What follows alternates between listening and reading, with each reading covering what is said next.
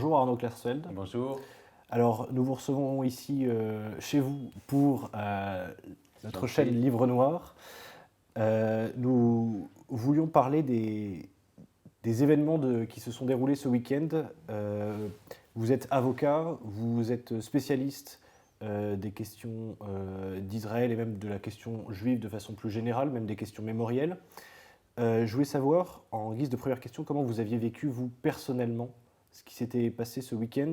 Je vais vous donner une réaction qui a été assez commentée, c'est celle d'un colonel israélien qui parlait de nouvelles Shoah pour les événements ce week-end. Ce matin, c'est Olivier Rafovitch, qui est un bon ami à moi, que j'ai rencontré quand j'étais à l'armée en Israël. On en a parlé d'ailleurs à nombreuses reprises au téléphone, on a échangé, lui en Israël, moi à Paris.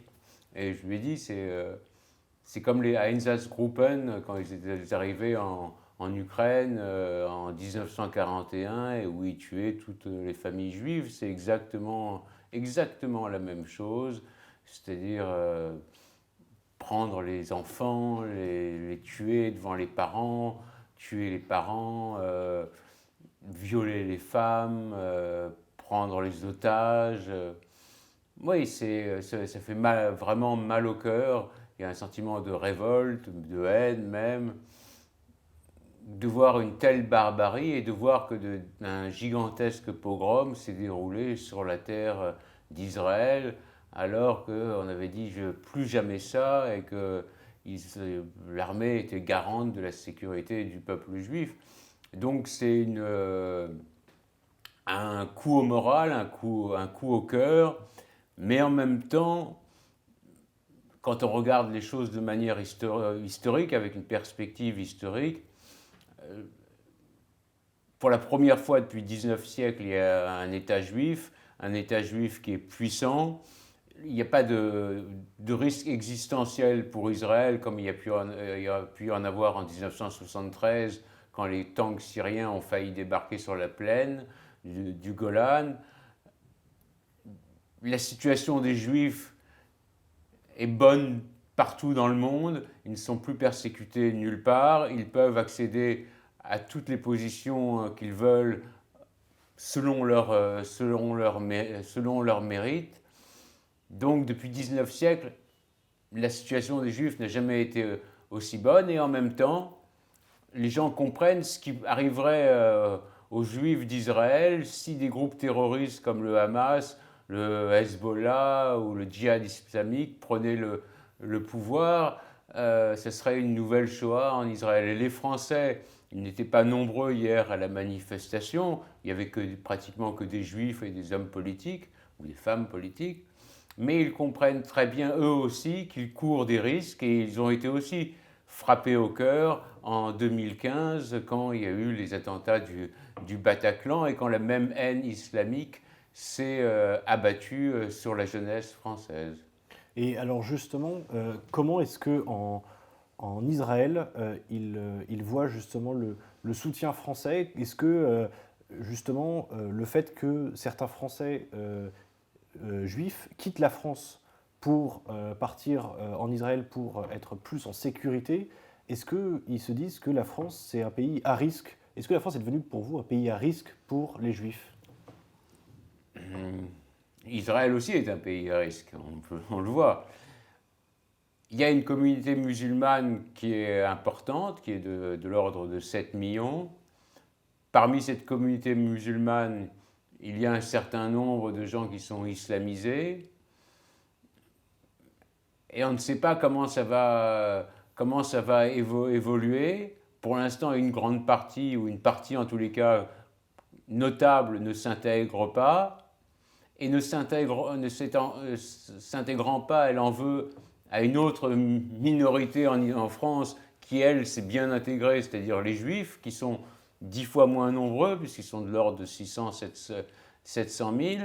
Donc il y a, de la part d'une partie des musulmans, une haine contre les Juifs, non seulement parce qu'ils se sont bien intégrés, mais aussi en raison du conflit israélo-palestinien et aussi en partie en raison d'une éducation qui, pour certains, est une éducation tournée contre les Juifs. Les Juifs aussi ont des préjugés contre contre les Arabes parfois, mais cela ne se traduit pas en actes, en tous les cas en France, et on voit que les Juifs qui habitent les banlieues sont tous partis et sont concentrés pour Paris, dans le 17e, le 16e, qui sont des quartiers où la communauté juive est importante.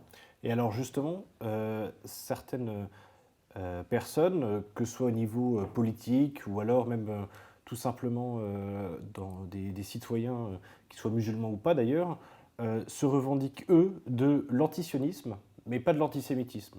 Comment est-ce que vous voyez ça justement? Est-ce que on peut être quelque part, est-ce que c'est possible de voir quelqu'un qui est antisioniste mais philosémite par exemple? Est-ce qu'il y a est-ce que les deux sont liés? Antisioniste, c'est-à-dire nier le droit aux Juifs d'avoir un État, est d'une certaine manière antisémite.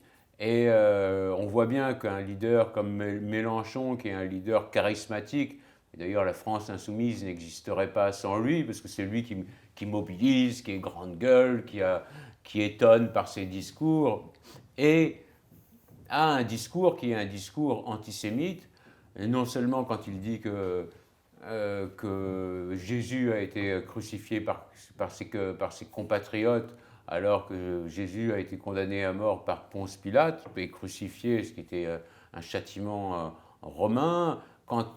Lors des émeutes à Sarcelles en 2015, en 2014, il a dit des Juifs que c'était une communauté agressive, alors que c'est eux qui venaient de se faire agresser, qu'il ne condamne pas le Hamas, alors que ce sont les pires actes de barbarie qui ont été commis depuis des décennies. Il ne condamne pas fermement en disant c'est une vision de cauchemar comme dans les films d'horreur. Non, il ne le dit pas. Pour lui et pour une partie de ses troupes, c'est de la résistance. Donc, cette haine aveugle contre Israël, qui est dictée à la fois par ses convictions, parce qu'il pense, ou ses troupes pensent que les Rothschild contrôlent le monde, et qu'ils pensent aussi que Israël tire les ficelles, eh bien cette haine aveugle qui est à la fois de la conviction mais aussi un calcul électoraliste, cela me fait dire, sans risque à mon avis d'être raisonnable et d'être condamné pénalement, que oui, il a un comportement antisémite. D'accord.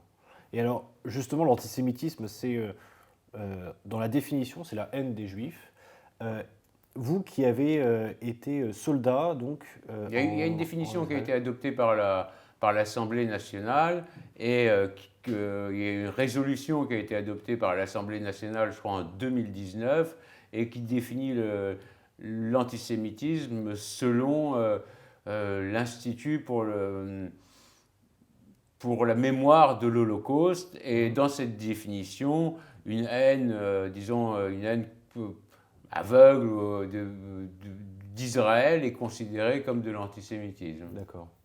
Critiquer Israël, je ne suis pas le premier, mais disons, je peux critiquer la politique du gouvernement israélien, mais nier aux Juifs d'avoir le droit d'avoir un État, ou dire systématiquement que les Juifs ont une politique d'apartheid en Israël alors que ce n'est pas le cas, oui, quand c'est fait politiquement, oui, c'est un comportement antisémite.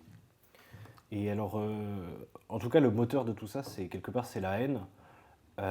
Et quand on observe d'un œil extérieur l'État qu'est Israël, on a l'impression effectivement que la haine y est omniprésente entre les différentes communautés.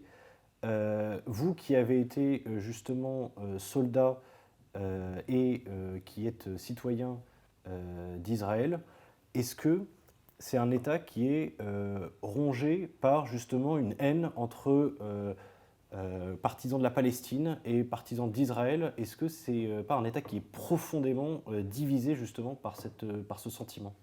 Non, quand j'étais à l'armée, j'étais dans une unité combattante des gardes frontières, donc une unité de gros durs en général. Moi, j'ai pas l'air d'un gros dur, mais enfin, ceux qui étaient avec moi étaient tous des gros durs. Et il y avait des Noirs, des Fellachas, et il y avait des Russes, et il y avait beaucoup de Bédouins et beaucoup de Druzes. Et il y a 2 millions, il y a 7 millions de juifs en Israël, il doit y avoir plus de 2 millions d'arabes. Les arabes ont les mêmes droits que les juifs, ont le droit aux mêmes services sociaux, il n'y a pas de différence entre les citoyens. Et la plupart du temps, ils vivent très, très bien. Ils ne se marient pas ensemble, ou c'est très rare. Donc c'est des communautés, comme ça pouvait être dans l'Antiquité. Mais il n'y a pas de détestation. Évidemment, quand il y a des troubles, parfois une partie des communautés eh bien, se détestent. Mais il y a les Arabes peuvent, les citoyens arabes israéliens accèdent aussi aux postes qu'ils veulent selon leur mérite. D'accord. Donc la détestation, elle vient des groupes qui sont des groupes islamistes, notamment du Hamas, et de l'éducation de la haine qui transforme des enfants qui naissent innocents en des formes de zombies quand l'enseignement de la haine est passé par là. Il faut trouver un compromis. Personne n'a raison et personne n'a tort. Chacun a une légitimité, le peuple juif, le peuple palestinien, chacun a son histoire et chacun a sa légitimité, mais ce qu'il faut, c'est trouver un compromis. Et les juifs, depuis 1948, politiquement, ont accepté tous les compromis. En 1936, il y avait une commission qui s'appelait la commission Peel qui avait proposé un partage, les juifs avaient accepté. En 1948, les juifs aussi ont accepté le plan de partage qui avait été validé par l'ONU. Pas les Arabes qui ont attaqué. Après 67, entre 48 et 67, les territoires palestiniens, la Judée-Samarie ou la Cisjordanie, avaient été annexés par la Jordanie. Quant à Gaza, c'était à l'Égypte. Et quand Israël est rentré, quand Israël a pris Gaza et la Cisjordanie, Israël a proposé pour un temps, pas très longtemps, qui est un échange. On rend les territoires à condition qu'il y ait la paix. Les États arabes ont refusé. Pendant un moment que les Israéliens ont cru pouvoir s'installer, se sont installés, puisque les autres ne voulaient pas la paix. En 2001, il y a eu Barak a proposé aussi les territoires pour la paix, l'ensemble de la Cisjordanie, Gaza, une sorte de partage de Jérusalem, une souveraineté conjointe sur le mont du Temple ou l'esplanade des mosquées. Et la deuxième intifada s'est déclarée, qui était à peu près similaire, mais d'une autre manière à ce qui s'est produit aujourd'hui. C'est-à-dire que c'était quand j'étais à l'armée, les kamikazes se faisaient sauter dans les pizzerias, les kamikazes se faisaient sauter dans les anniversaires, dans les bar mitzvahs, et il y avait aussi des dizaines de morts.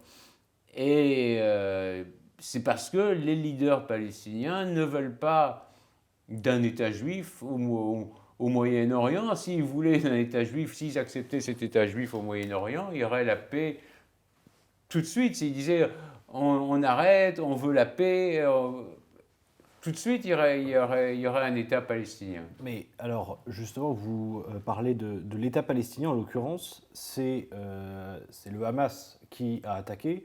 Est-ce qu'il faut considérer que le Hamas est l'armée palestinienne? Est-ce qu'il faut considérer que c'est la même chose? Et finalement, est-ce que c'était une opération terroriste ou est-ce que c'était une opération militaire? Comment est-ce que C'est une analyser opération ça? terroriste, c'est une opération c'est un massacre, c'est-à-dire ils rentrent comme sans doute au temps antique, quand les barbares ou quand telle tribu arrivait dans une autre tribu au temps néolithique et qui massacrait tout le monde et violait les femmes. C'est pas un combat, c'est un massacre. Il faut appeler les choses par leur nom. Alors ils se disent, ils veulent pas d'un État d'Israël, donc ils sont obligés de raviver la haine de leurs troupes par des actions, par des massacres comme ça, et en plus ils se disent, comme pour Daesh à l'époque, c'est-à-dire semer la terreur au sein de la population israélienne pour qu'il y ait moins de gens qui viennent s'installer ou pour que ceux qui sont déjà installés aient peur et s'en aillent. Et alors, vous me disiez que vous étiez en contact avec évidemment des personnes là-bas, des militaires peut-être, et je voulais savoir justement comment vous voyez la suite des événements, et voilà, qu'est-ce qui peut se profiler, et quelque part, quelle est la solution s'il y en a une? Pour Israël, actuellement, à court terme, c'est-à-dire pour cette opération, c'est difficile de. Je ne sais même pas si eux savent comment faire, parce que s'ils rentrent dans Gaza, il y aura des centaines de morts du côté des soldats israéliens, il y aura des milliers de morts du côté des Palestiniens et des civils palestiniens. C'est difficile, ils peuvent rentrer dans certains secteurs de Gaza peut-être. C'est très compliqué. Après, ils ne peuvent pas non plus bombarder indistinctement. Israël existe, pour moi en tous les cas, Israël doit exister avec un certain niveau de conscience morale. Et Israël perdrait son âme s'il venait à bombarder indistinctement Gaza en éliminant des milliers, des dizaines de milliers de Palestiniens. Donc c'est extrêmement difficile et c'est difficile de faire des prédictions. Pour l'instant, ils doivent avoir une liste d'endroits où il y a comment ça s'appelle, des lieux de réunion ou des lieux de travail des terroristes du Hamas. Ils appellent, avant ils disent aux résidents de s'en aller et ils bombardent. Donc en essayant de causer le moins de morts possible. Israël essaye de causer le moins de morts civiles possible et le Hamas essaye de causer le plus de morts civiles possible. Bon, voilà. Donc, et en même temps, Israël ne peut pas finir cette opération sans avoir éliminé la branche militaire du Hamas. Et donc, comment causer le moins de morts civiles possible et comment en même temps éliminer la branche militaire du Hamas et tuer le plus de terroristes possible. Voilà. Le principal soutien du Hamas, et celui du Hezbollah d'ailleurs, ça a été l'Iran. Le régime de la révolution islamique depuis maintenant 40 ans fait tout pour l'anéantissement d'Israël. D'ailleurs, il ne s'en cache pas. Est-ce que Israël peut un jour être en sécurité tant que le régime iranien existe? Tant que le régime iranien existe, oui, il y aura des troubles, mais Israël sera relativement en sécurité. Si l'Iran a la bombe nucléaire, Israël ne sera plus du tout en sécurité. Si l'Iran a la bombe, l'Iran l'enverra sur Israël, il n'y a pas de doute. Donc il faut faire tout pour empêcher, même une guerre, pour empêcher l'Iran d'obtenir la bombe nucléaire, ça c'est certain. Comment vous avez vu, pour terminer, comment vous avez vu les réactions des États occidentaux envers Israël? Est-ce que la France doit envoyer une aide militaire là-bas? Est-ce qu'il faut envoyer une aide humanitaire? Israël n'a pas besoin de l'aide militaire française. Israël dispose aussi de l'aide militaire américaine. Mais c'était réconfortant sans doute pour Israël de voir que pour l'instant, toutes les capitales occidentales ont appuyé Israël, même au-delà des capitales occidentales. Alors, hier soir, il y avait une manifestation organisée par le CRIF sur la place du Trocadéro à Paris. On a vu tous les partis politiques qui étaient présents, sauf la France insoumise. On en a déjà parlé, mais donc, parmi les partis qui étaient présents, il y avait d'abord le Rassemblement national qui avait envoyé une délégation de plusieurs députés. Comment est-ce que vous voyez un parti qui a longtemps été qualifié d'antisémite déjà soutenir inconditionnellement Israël et ensuite être autant soutenu par les Juifs qui étaient présents à la manifestation? Ça montre qu'il y a un changement au sein du Rassemblement national. Pendant longtemps, la pierre angulaire, disons, du Front national a été l'antisémitisme et la négation de la Shoah, et en plus avec une politique qui était anti-israélienne au possible avec Jean-Marie Le Pen. les choses ont évolué sur la question juive du côté du Rassemblement national. Mon père a noté qu'il y avait des pas en avant qui avaient été faits par Marine Le Pen, qui a condamné la rafle du Vel-d'Hiv comme un crime contre l'humanité.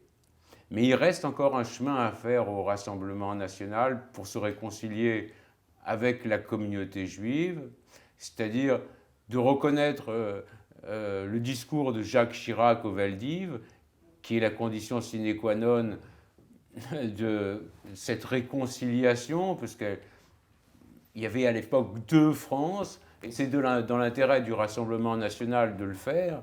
Il y avait la France qui a arrêté les Juifs, qui a donné sa police pour arrêter les familles juives, comme si elles avaient été arrêtées des familles juives et les transférer aux islamistes ou aux troupes du Hamas de l'époque, qui étaient les troupes nazies, qui avaient assuré à maintes reprises qu'elles les extermineraient. Le régime de Vichy n'a pas dit non, cette France-là n'a pas dit non et s'est déshonorée. Et il y a eu la France des braves gens et la France de l'Église qui, par son intervention lors des grandes rafles de l'été 1942, a protesté et a permis par ses protestations et par les Justes qui ont caché des Juifs de sauvegarder les 3/4 des Juifs de France. Donc on doit cette sauvegarde des 3/4 de Juifs de France aux braves gens qui ont été nourris par les valeurs de la charité chrétienne et des valeurs républicaines. Mais ne pas condamner la France de Vichy, eh bien, il ne peut pas y avoir de réelle réconciliation avec la communauté juive dans son ensemble. Et il ne peut pas y avoir non plus de réconciliation avec la communauté juive si Marine Le Pen ne reconnaît pas, disons, la loi Guessot qui rend comme un délit la négation de la Shoah, parce que ça aussi c'est un vecteur puissant de l'antisémitisme et c'est une insulte à la mémoire des victimes et de leurs descendants. Donc ces pas ont été faits en partie par Sébastien Chenu, je l'ai entendu, Julien Audoul, que j'ai entendu aussi sur le sujet, mais c'est maintenant à Marine Le Pen de faire ces pas qui manquent pour qu'il y ait une forme de réconciliation avec la communauté juive, même si une grande partie de la communauté juive vote au centre. Le Rassemblement national deviendrait alors non pas un ennemi, mais un adversaire pour les politiques, pour une grande partie des centristes juifs, en tous les cas. Et alors, justement, le Rassemblement national, aujourd'hui, essaye quand même de se positionner comme étant le parti qui défend les juifs, notamment au niveau de la sécurité et par sa lutte contre l'islamisme. Est-ce que ça peut être interprété, est-ce que c'est aujourd'hui interprété comme un bon signe du côté de... C'est pour ça que Zemmour a été sans doute applaudi par une partie des juifs dans cette manifestation dans le 16e arrondissement, parce qu'ils se disent qu'ils tapent sur les islamistes, sur une partie... Ils tapent non seulement sur les islamistes, mais il tape sur les musulmans en général, c'est-à-dire que c'est un homme, bon, je le connais depuis longtemps, mais c'est quand même, dans ses discours publics, un homme absolument sans compassion, alors qu'un républicain doit avoir de la compassion et ne doit pas faire des généralisations et mettre tous les gens dans le même sac, fermer le sac et le jeter dans le puits. C'est mal selon les valeurs chrétiennes, c'est mal selon les valeurs juives, c'est mal selon les valeurs républicaines, c'est mal selon les valeurs démocratiques, c'est mal en tant qu'être humain. C'est méchant, quoi. C'est horrible de généraliser, alors qu'on voit beaucoup de musulmans en France qui sont dans l'administration, qui sont dans l'armée, qui sont dans la police, et qui sont très bien intégrés. Il y a une partie qui s'intègre très bien, il y a une partie qui ne s'intègre pas bien. Mais on ne peut pas attiser la haine en mettant tous les musulmans dans le même sac. Ces discours sont les mêmes que les discours antisémites dans les années 30, où on disait tous les juifs sont horribles parce qu'il y a eu telle escroquerie ou parce qu'il y a eu tel scandale financier. C'est extrêmement mal de faire ça. Et ceux qui applaudissent Zemmour sont bêtes parce que non seulement il dit que Pétain a sauvé les Juifs, alors que ce que Pétain aurait dû faire, c'est ne pas donner la police française. Il a mis les Juifs français en deuxième ligne, mais il n'avait pas à donner la police française pour arrêter les Juifs. Et sous-entendre que Dreyfus était coupable, bon, c'est sans doute pour avoir le noyau dur de l'extrême droite, et c'est très mal, c'est très mal. Mais alors justement, pour rester sur la question d'Éric Zemmour, effectivement, comment est-ce qu'il est... on a vu qu'il a été quand même applaudi hier soir. Pourtant, il me semble que le grand rabbin de France avait largement condamné ses propos, qu'il y a toute une partie effectivement des juifs qui sont assez politisés, centristes, vous le disiez, qui condamnent ses propos. Est-ce que finalement il reste une personne acceptable pour une bonne partie de la communauté? Est-ce que finalement Éric Zemmour est vraiment considéré comme un antisémite alors que lui-même d'ailleurs est juif? Il n'est pas antisémite. Il n'est pas antisémite. Il n'est pas raciste sans doute dans le privé, mais il tient des discours racistes, oui.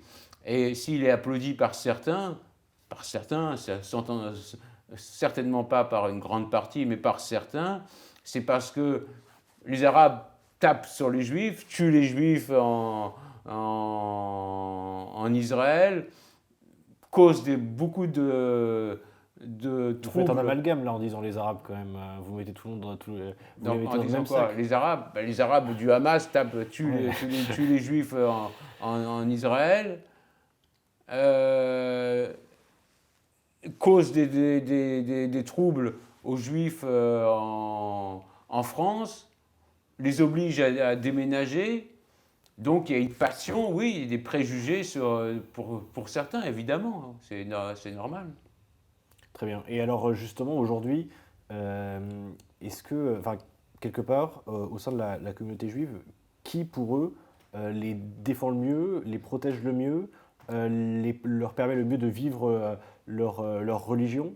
Enfin, quel est le... C'est les partis du centre, les partis du centre gauche et du centre droit qui ont permis depuis 1945 aux Juifs d'être à la fois bien intégrés, prospères en France.